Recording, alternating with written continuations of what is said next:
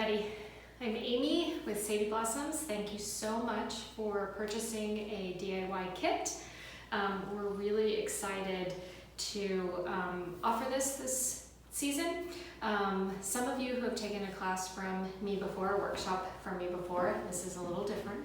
We're used to being face-to-face and kind of interacting, but I'm going to treat this DIY just like if we were together in person doing a workshop. So I'm going to give you a little bit about me and about Sadie Blossoms. We're going to go through the DIY. I'm going to show you kind of how to put together your wreath kit.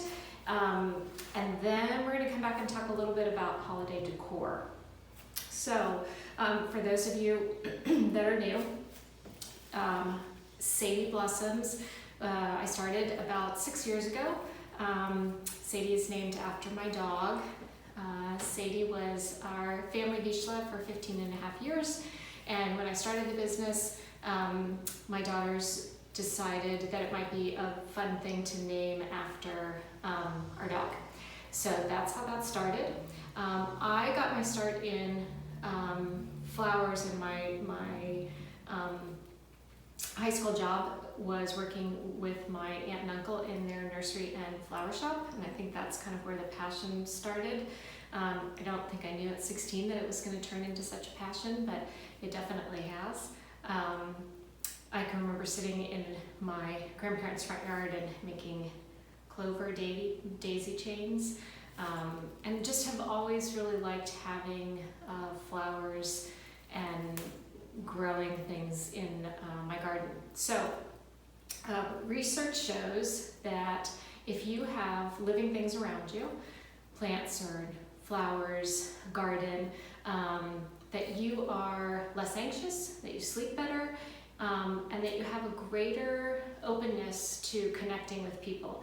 And I think we've really found that to be true in the last 8 months that we've been dealing with this pandemic, with how many people have embraced gardening and really growing things in their yard with their families, supporting farmers markets and local flowers.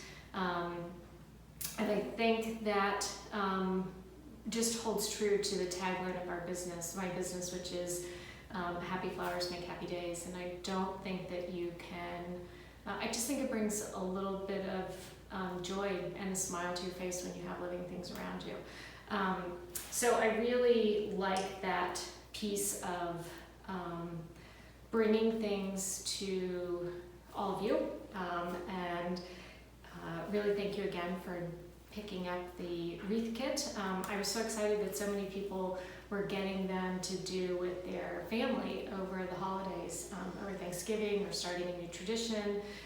Lots of people who came to workshops last holiday season together as a group are getting together in somebody's driveway with a fire pit and putting the kits together. So that's really fun, and I appreciate you supporting a small business, and let's get started. So everyone got a wreath in their kit. They are locally sourced from Michigan, a farm in Michigan. They are noble fir and some Fraser fir. Noble fir is, well, both of them smell amazing, and they really do last a long time. Your wreath should last the entire season outside on your door. If you have a protected porch, it lasts a little bit longer. You want to kind of keep it away from direct sun or a heat source. So you can put it inside, but I would recommend, if you're going to put it inside, to keep it away from a heating vent or off your mantle, or out of kind of a direct window. That being said, you can spritz, whether it's on your outside door or inside, with water every couple days, and that will help keep the evergreens fresh. You can just put your hand in a little glass of water and sprinkle it around the front and the back of the wreath, or you can take it off the hook and use your kitchen sprayer on low and kind of just mist it a little bit, or use a regular sprayer. You're going to have also in your kit some other fresh loose greens. So you're going to have cedar, which again smells amazing. It's one of my favorite things, favorite greens for the holiday. You're going to have pine. This is shore pine or long needle pine. You're going to have some juniper, and you're going to have some other just Fraser fir or a different kind of firs. Then you're gonna have those, and then you're also going to have, depending on the theme that you picked, this one that we're going to put together today is the farmhouse chic one. So we're going to have some of the decorations that come. You get some of them are going to come on these wires, these sticks. And I found last year that these were really much easier to put into the wreath, and then also you can, at the end of the season, take them out of your wreath and save them and use them again. But they have a flexible wire on them, and it makes it easy to stick into the wreath base. So you're going to have those. And then you're also going to have pine cones. So the pine cones are already going to come with the wire on them, which helps to secure them onto the base of the wreath. And then you're also going to have a bow that you picked out. So you can start one of two ways. I recommend kind of laying everything out first, and then going back and putting things in. Once you put the wire around the base of the wreath, it's a little hard to undo it and move it around. You can always take the wire, cut the wire off and replace it, put another wire in. You will get some extra wire too in your kit, so you'll be able to do that. The greens that you got are super fun to just add a little texture and a little variety to the basic wreath. And the way that you're going to do that is you're going to take one of the pieces of wire, fold it in half, put it around the pieces of greenery, the little tiny bows of greenery, and just twist it. And then what you'll do is just tuck it in underneath some of the other pieces of the noble fir, and then you'll take each side of the wire. So you're going to take each side of the wire and you're going to wrap it around the back and just do a little twist tie, like you do a bread tie. So just a little twist, twist, twist, and that'll stay. And you can do that a couple times around, get a little variety. This one has some pine cones on it, which is kind of fun. And then, because your pine cones already have the wire on them, you can use the wire to connect a couple pieces of the greenery, and then when you put it in, you already have one of the pine cones placed.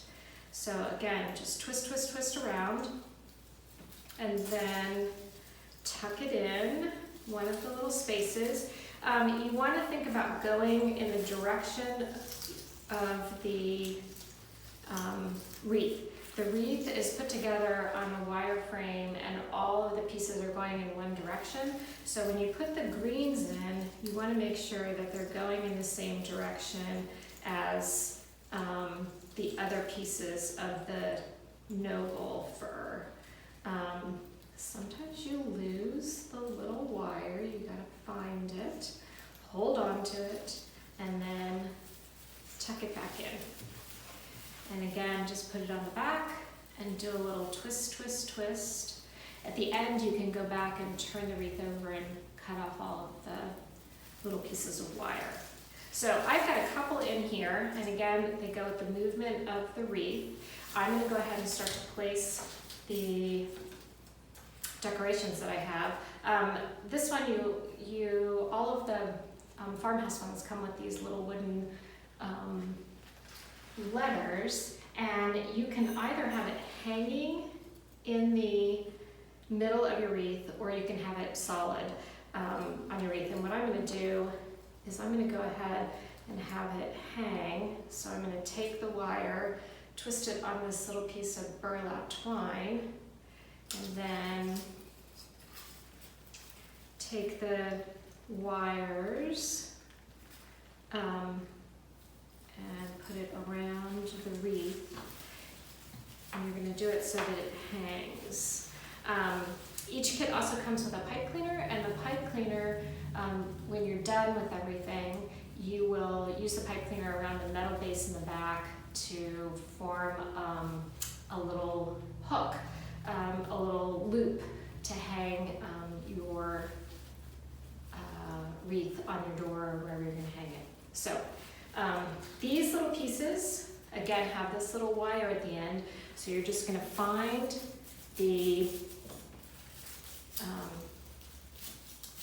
metal in the wreath base and kind of tuck it in to that. And you can kind of play around and figure out where you want to put it before you commit to actually putting it in. And you've got a couple of these little snowflake wooden pieces too, and the same thing, you just want to put a little piece of wire in, just like you did with the greens. You're going to put a piece of wire in, do a little twist, and then same thing, twist it around the back, just like a little twist tie. So put this one here, and you're kind of going to just play with it and see. When we're in person for a workshop, I always tell people there's no real right or wrong way to place anything. Sometimes if I'm walking around and doing a workshop, I'll say to somebody, gosh, maybe put a little pine cone right there, or maybe take this little piece and move it right here. And it doesn't mean that it's wrong, it just means that the movement of the piece, where your eye falls, might be better if there's another little something there, a little zhuzh there. So if you are doing this with a group, don't be afraid to go up to one of your friends or your family members and say, hey, how about a little pine cone right here? And then they'll either laugh and say, oh yeah, you're right. Or they'll come back on yours and say, hey, how about a little pine cone here? So I just encourage you to have fun when you're doing this and really embrace the DIY part of it and bring the nature to the wreath. So everybody got to pick a little bow. This one I did a little plaid one, and I always like to put the bows kind of off center. There's, again, no right way or wrong way to put the bow. You can put it at the top, you can put it at the bottom, you can put it at the side. I just always like to have it on the side. And you can, the bows probably also need a little zhuzhing. So most of them, almost all of them come with the wire on the sides. So once you get it up and you hang it, then you can kind of take the little loops and just push them out and fluff them up like that. Every once in a while you want to take your wreath and look at it and make sure that all the pieces that you have are where you want them. You can have somebody else hold it up too. That's always nice because then you can see what it's going to look like from a distance. And again, you can play with it, you can move some stuff around. If you get it up there and you decide you don't like it, just cut the little wire. You've got enough wires to do it again. But definitely look at it kind of hanging up and far away so that you can get an idea of what it's going to look like. I always have like a little hook somewhere so that people can hang it and look at it. So again, just super easy. Kind of, I gave you hopefully all of the things that you need to make a really, really pretty wreath. Now one of the things that I want to talk about too is kind of just your decor, winter decor. And if you've taken a workshop from me before, then you know that I really talk about foraging and bringing the outside in. I think that you have really beautiful things in nature that you can bring inside and decorate not just with fresh flowers. So I have a couple examples I'm going to show you. One is just, you're going to have some leftover greens probably with your kit. And I started collecting kind of these little jars, little apothecary jars. And I think if you group these together and put a little bit of greenery in them, they get super pretty if you put them like in a little grouping. And you can do a little grouping down the center of your table. You can do it on your mantle. Fresh flowers on your mantle don't last very long. You want to make sure that you really keep the water levels up. But if you keep water in evergreen bottles like this on your mantle or elsewhere in your house, they are going to last a really long time. This is a little bit of Oregonia. You can also use boxwood. But this in a bathroom, you can put a little ribbon around it. You can put it on your nightstand, your desk, since everyone's working from home. That would be a really great thing. This is just taking some eucalyptus that you can really get at any grocery store, and then some cuttings from the cuttings that I have, but you can also just cut things from your yard. So some of this is pine, I've got some cedar, there's some boxwood, and this is super pretty and it'll last a really long time. You can put it on your dining room table or your kitchen table, your island. You can even put fresh flowers in with it, which would be super pretty. And you can keep the greens and then just add fresh flowers. Super fun. Just make sure that you, when you put water in, you don't want any leaves below the water line, and you want to make sure that you're changing that water every day, every other day. I know that everybody has seen the container inside of a container with like cranberries for the holays, either for Thanksgiving or for Christmas. I found these little pine cones, which I thought were really fun, and there's just another little glass in here. So super easy, but you can use anything. You can use marbles, you could use peppermints, you could use, whatever. These are magnolia, which again, you can find in a lot of people's yards. You can also get magnolia pretty easily at the grocery store this time of year. And these are just kind of a different evergreen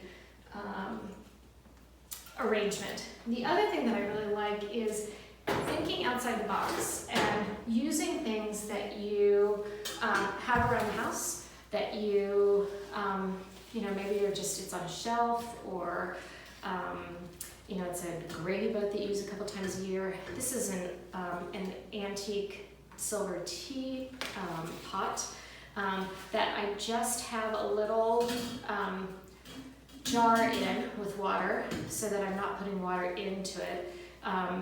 You certainly could, but if you're worried about ruining something or you're not sure that it's watertight, you can use that little trick. This is a color combination that I really love for the holidays, the pink and the purple and the white.